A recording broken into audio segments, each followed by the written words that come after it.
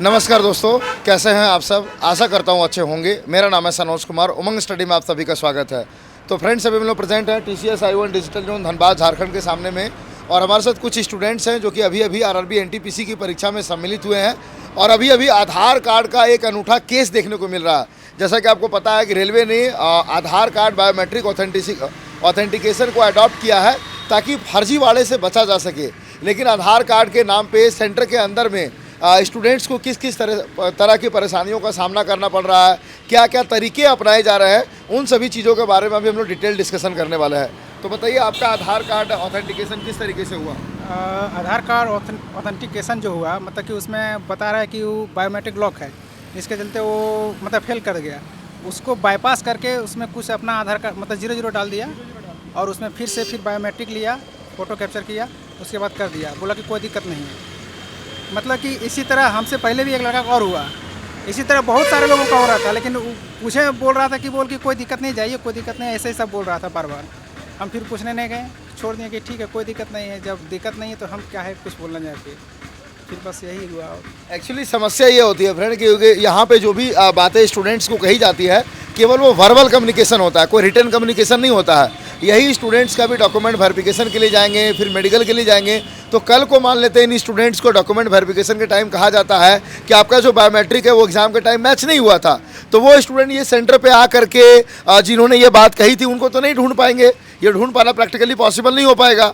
क्या ये practically possible हो पाएगा? पॉसिबल तो नहीं है, कहाँ से ढूंढ पाएंगे? और कौन लिया अभी हमको याद नहीं है। अभी आपको हम अभी 10 साल में वो खड़ा कर देंगे, आप पहचान नहीं पहचान पाएंगे।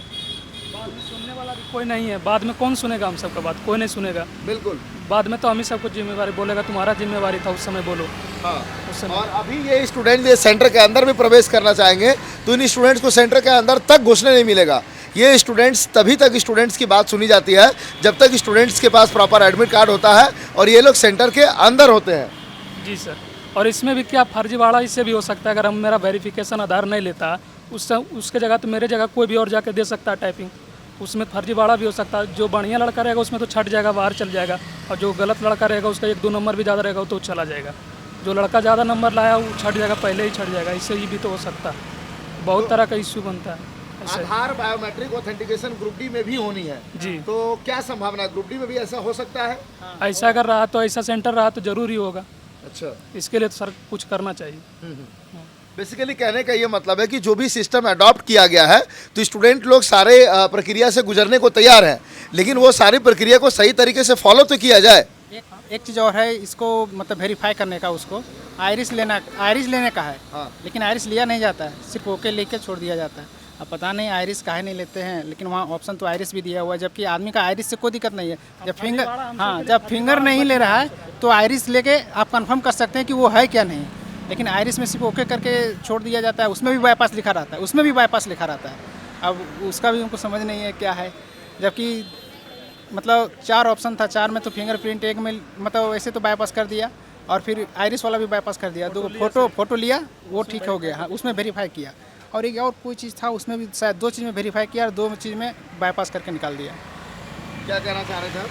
हम बोल रहे थे कि जैसे इसमें तो कोई दिक्कत नहीं हुई, मानिए तो इसमें टाइपिंग था, अगर ग्रुप डी में अगर ऐसे होता तो बहुत सा लड़का जो है कि दूसरे बदले बैठ जाएगा, और जो बढ़िया लड़का जो पटना में रहकर तैयारी कर रहा, कहीं और बाहर में रहकर तैयारी कर रहा, उसको तो नंबर जनरली कम आएगा। जो CGL का लड़का अगर बैठता है उसका नंबर तो उससे अपेक्षा कम आएगा रेलवे लड़का से, तो उसमें बहुत ज़्यादा प्रॉब्लम होगा। इसमें ग्रुप डी में ऐसा ना हो, इस पर सरकार को कुछ करना चाहिए बस।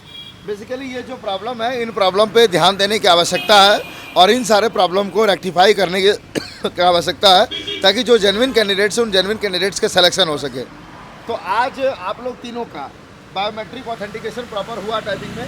मेरा नहीं हुआ, मेरा बाईपास करके निकाला गया। आप कौन से शिफ्ट में परीक्षा दी है? 3rd शिफ्ट में। 3rd शिफ्ट में आपका बाईपास कर दिया गया। बाईपास। तो बाईपास में वो लोग करते क्या? आधार कार्ड नंबर में आपका आधार नंबर डालने के नहीं। बजाय पूरा 000 डाल देते हैं, 16 डिजिट। हाँ, और उसको बाईपास कर देते हैं। बाईपास कर देते हैं। तो वहाँ पे आपका रोल नंबर डाला जाता है? हाँ, रोल सब चीज़ होता है, मतलब कि सिलसिलेवार ढंग से, मतलब जो होना है सब होता है। हाँ। लेकिन सिर्फ आधार कार्ड जहाँ वेरिफिकेशन होता है ना, वहाँ आपको आधार कार्ड मतलब कि नंबर 00 डाल के छोड़ दिया जाता है। उसको बाईपास मतलब कि एक दूसरा रूट से हम आपको निकाल दे रहे हैं, लेकिन हाँ लास्ट में थंब लेता है प्रूफ में रखने के लिए कि ये कैंडिडेट था। बाद में मिलाना चाहे तो उससे मिल सकता है, शायद उन लोग का वो हो, मतलब कुछ प्रोसेस कुछ हो, लेकिन बाईपास करके ही निकाला, आयरिस वाला भी बाईपास करके ही निकाला। आयरिस का तो कुछ सबका बाईपास किया, लेकिन आयरिस वाला जब दिया है तो उसको रखना चाहिए, क्या कि हर लोगों का, जैसे हम अभी 1 महीना पहले जाके आधार कार्ड अभी सुधरवाए हैं, सब चीज़ करवाए हैं, सब फोटो चेंज करवाए, मोबाइल नंबर चेंज करवाए, बोले भी उसको कि मेरा बायोमेट्रिक लॉक है, उसको अनलॉक कर दीजिए, लेकिन देखिए आज आए तो फिर भी लॉक बता रहा है। अब हमको समझ नहीं है कि कहाँ से क्या करवाएं। अब इसके लिए फिर हमको जाना पड़ेगा वहाँ आधार कार्ड सेंटर, उसको पूछना पड़ेगा कि बोल मेरा बायोमेट्रिक लॉक अनलॉक काहे नहीं हुआ। इस तरह यदि रहेगा तो फिर हम फंसते जाएंगे। आगे मेरा 17 तारीख को फिर एग्ज़ाम है, तो ऐसे ही मेरा फिर हो जाएगा ग्रुप डी का। कहाँ है सिटी? उड़ीसा है। उड़ीसा? हाँ। धनबाद से है? नहीं, हाँ, गिरिडीह डिस्ट्रिक्ट है मेरा। उड़ीसा में कहाँ, कटक? नहीं, बालासोर। अच्छा, हाँ, क्या कह रहे थे आप? जी, मेरा आगे में जो लड़का था उसका भी मतलब आधार वेरिफिकेशन नहीं लिया था। मेरा तो ले लिया लेकिन उसका नहीं लिया, तो उसको देख रहे थे 00 डालकर उसका भी कर दिया गया।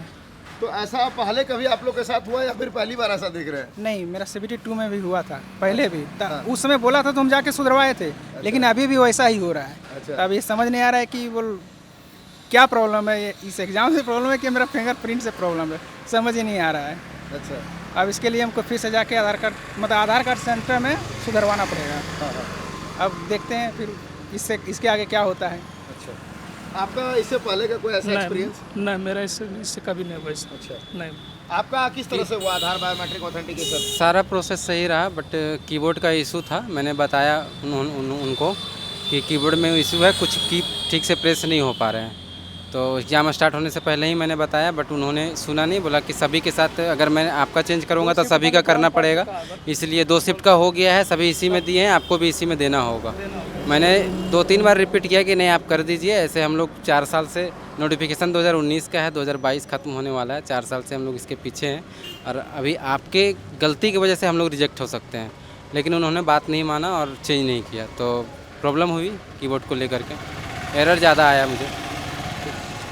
और कोई समस्या? नहीं, और कोई समस्या नहीं। बायोमेट्रिक ऑथेंटिकेशन नहीं, वो प्रोसेस सही रहा, मेरा सही रहा, बट कुछ लोगों का कहना है कि बाईपास भी किया गया है, तो इसके रिगार्डिंग तो मुझे कुछ पता नहीं क्या हो रहा है नहीं हो रहा है, सेंटर ही जाने। आप लोग का सब कुछ ओके है? आप लोग को कोई परेशानी हुआ? मेरा फर्स्ट शिफ्ट में था, परेशानी तो कैंसिल हो गया। हाँ कैंसिल हो गया। अब देखिए 10 दिन के बोला पहले एडमिट कार्ड जारी करेगा, तो हमको लगता है कि अब ग्रुप डी का जो एग्ज़ाम होगा उसके बाद ही होगा एग्ज़ाम, तो थोड़ा सा प्रॉब्लम है ये, और दूर से आए तो समझ ही रहे होंगे। दोबारा हो जाएगा, बार बार सेंटर इधर उधर चेंज करने का थोड़ा सा दिक्कत हो जाता है। कहाँ से आए आप लोग? हम तो बिहार पटना से आए। Thank you and wish you all the best. तो फ्रेंड्स, ये हम लोगों ने आपके लिए लाया सीधा सेंटर के सामने से स्टूडेंट्स को किन तरह की परेशानियों का सामना करना पड़ रहा है। टेक्स्ट बुक जैसे प्लेटफॉर्म से मॉक टेस्ट लगाना चाहते हैं तो हमारा कूपन कोड है उमंग 10, इसको आप यूज़ करेंगे तो आपको 10% का इंस्टेंट डिस्काउंट मिलेगा।